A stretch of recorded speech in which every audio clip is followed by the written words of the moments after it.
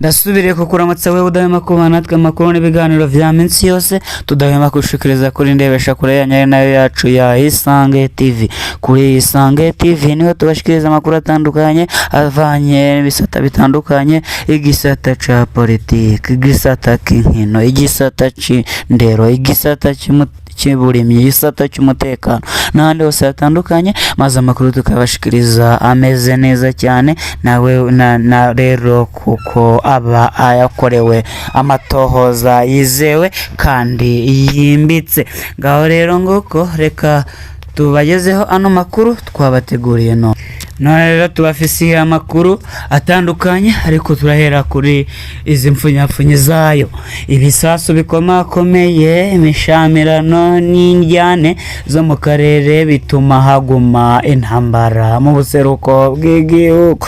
Ngaho rero nguko aya makuru niyo tubafisiye none, ariko hari n'ayandi tutabashije kubashikiriza muri izi mfunyapfunyi, nayo muraza kuyumva ko buryo bw'idonido. Mbere yuko tujya mwidonido reka twibutse wewe utari wafite subscribe cyangwa se sabone bivanye n'uri mukoresha kuri YouTube, kugira ube ubikora maze amakuru ajya gushikira ku gihe kwitegerezwa n'ubwo fyonda ko ubundi ujye ubasha kubona notification. Reka rero tudatevye tubageze hano makuru ku buryo bw'idonido. Ibisasu bikomakomeye, imishamirano n'indyane zo mu karere bituma haguma intambara mu buseruko bw'igihugu. Bukavu kwa 2022 intwarane 2026 mu buseruko bwa Repubulika Iharanira Demokarasi ya Kongo hadutse ugusubira kwagirizanya gutera ibisasu mu basivile, bikaba vyatumye haba imishamirano muri teritware ya Fizi mu ntara ya Sud Kivu. Ibitero vy'indege vyegekwa kuri ku gisirikare ca Kongo FARDC gikorera mu runani rw'igisirikare c'u Burundi n'abagwanyi ba Wazalendo, vyoba vyaratewe mu bice bibamwo abanyamulenge kubw'amasoko ari muri ako karere. Ivyo bikorwa biriko biba mu gihe hariko haraba intambara idahera irimwo imigwi myinshi yitwaje ibigwanisho, harimo M23 n'umugwi twirwaneho ugizwe hanini n'ugwaruka rw'abanyamurenge, ukaba ukorana cane na M23 muri Sud Kivu. Intambara hagati y'imigwi n'ingabo zishigikiwe na Kinshasa irabandanya gushira abasivile mu ngorane zikomeye mu bice vyinshi vyo mu misozi.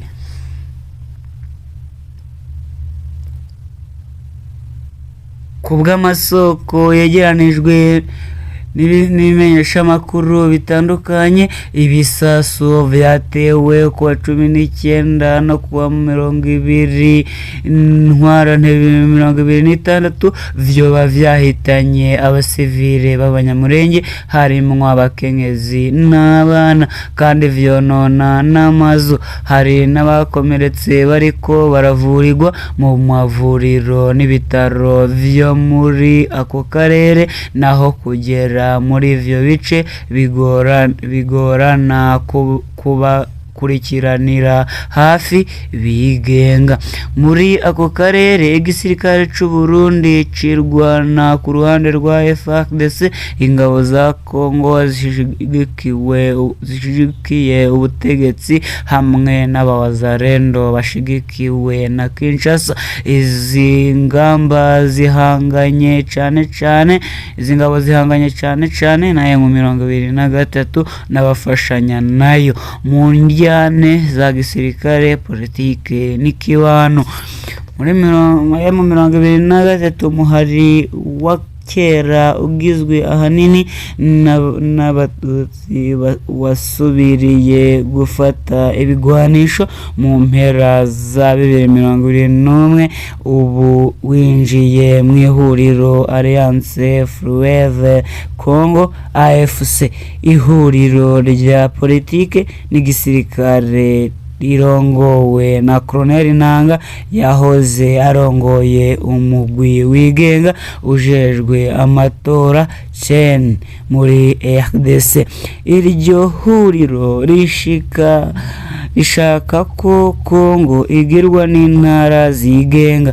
Iryo huriro rigenzura uburere bukomakomeye mu buseruko bw'ico gihugu k'ibisagara vya Goma na Bukavu hamwe n'ibirombwe bikomeye vy'Irubaya, kimwe mu birombe bivamwo koruta nyinshi kw'isi. Uruhande rwa gisirikare, icegeranyo c'ubushikiranganji bw'intwaro yo hagati mu gihugu muri Kongo cabonwe n'ibimenyeshamakuru muri Kigarama 2025 cerekana ko igisirikare c'u Burundi carungitse muri ico gihugu abasirikare barenga 29,000 mu buseruko bwa RDC hagati ya Myandagaro 2022 na Kigarama 2025. Abo basirikare barungikwayo ku mwumvikano hagati ya Gitega na Kinshasa mu ntumbero yo gufashanya mu bijanye n'umutekano mu karere karangwamo injyane zifatiye nko kwihonyabwoko ry'abatutsi ryabaye mu 1994 hamwe n'injyane zisubiriza hagati y'amareta yo mu karere k'ibiyaga binini. Umuvugizi wa FDNB General Gaspari Baratuza yaremeye ko kuri BBC ko bamwe mu basivile b'abanyamurenge bashobora gusanga bazibiriwe mu bice bifatwa nk'ibirimwo intambara. Yavuze ati birumvikana ko abaja gusumira ibifungurwa umwansi bashobora kuzibigwa. Ivyo bikaba vyaraneguwe cane n'amashirahamwe yigenga aranira agateka kazina muntu hamwe n'abasirikare n'abaserukira abanyamurenge. Ku rubuga rw'intambara AFC n'abafashanya nayo bagenzura ibice byinshi bikomeye mu buseruko bw'igihugu harimo ibisagara vya Goma na Bukavu hamwe n'ibice bikomeye nka Rubaya ahacukugwa koruta ikoreshwa cane mu buhinga bwa none kw'isi yose. Imishamirano y'akarere hagati ya RDC, u Rwanda n'u Burundi nayo nyene irongereza umutekano muke.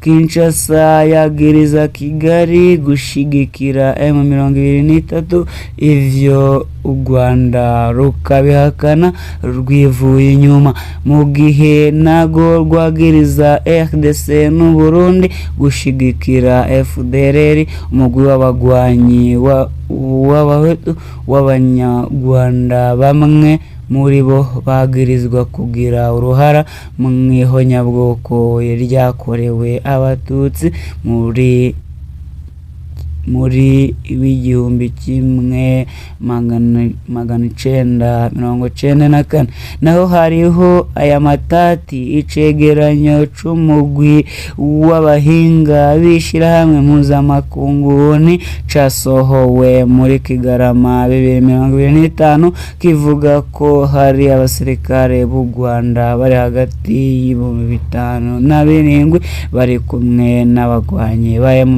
2023 mu buseruko bwa RDC. Utwigoro tw'ibihugu ntitworoherezwa mu gukemura ibibazo. Amasezerano yashyizwe ko umukono i Washington ku wa 4 Kigarama 2025 hagati ya RDC n'u Rwanda biciye mu buhuza bwa Leta Zunze Ubumwe za Amerika, yari agamije kugabanya indyane no gutsimbataza ubufatanye mu vy'umutekano hagati y'ivyo bihugu bibiri. Uburundi bwitabiriye ayo masezerano nk'indorerezi buserukiwe n'umukuru w'igihugu Evariste Ndayishimiye. Amashirahamwe ava mu muryango w'abanyamurenge aragiriza ihohoterwa bakorerwa, uguhunga ku bwinshi hamwe no kubuzwa kwidegemvya mu ngendo, mu gihe abandi nabo bashaka ivyo bagirizwa bakavuga ko